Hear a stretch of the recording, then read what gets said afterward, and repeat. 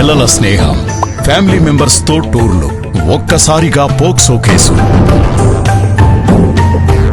సమాధానాల కంటే అనుమానాలే ఎక్కువగా కనిపిస్తున్న బండి భగీరథ్ కేసు.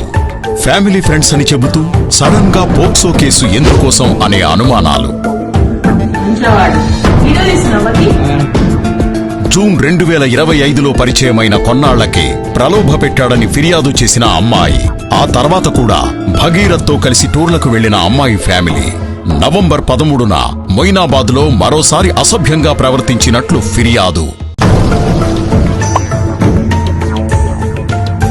డిసెంబర్ 31న రాత్రి 2:30 భగీరథ్కు అన్నం తినిపించిన అమ్మాయి అదే రోజు రాత్రి 1 గంటకు బలవంతం చేశాడని మళ్లీ ఆరోపణ. పలుమార్లు అసభ్యంగా ప్రవర్తించినట్టు చెప్పినా ఫిర్యాదు చేయని అమ్మాయి పేరెంట్స్. 6 నెలల తర్వాత ఇప్పుడు మోదీ టూర్కి 2 రోజుల ముందు పోక్సో కేసు.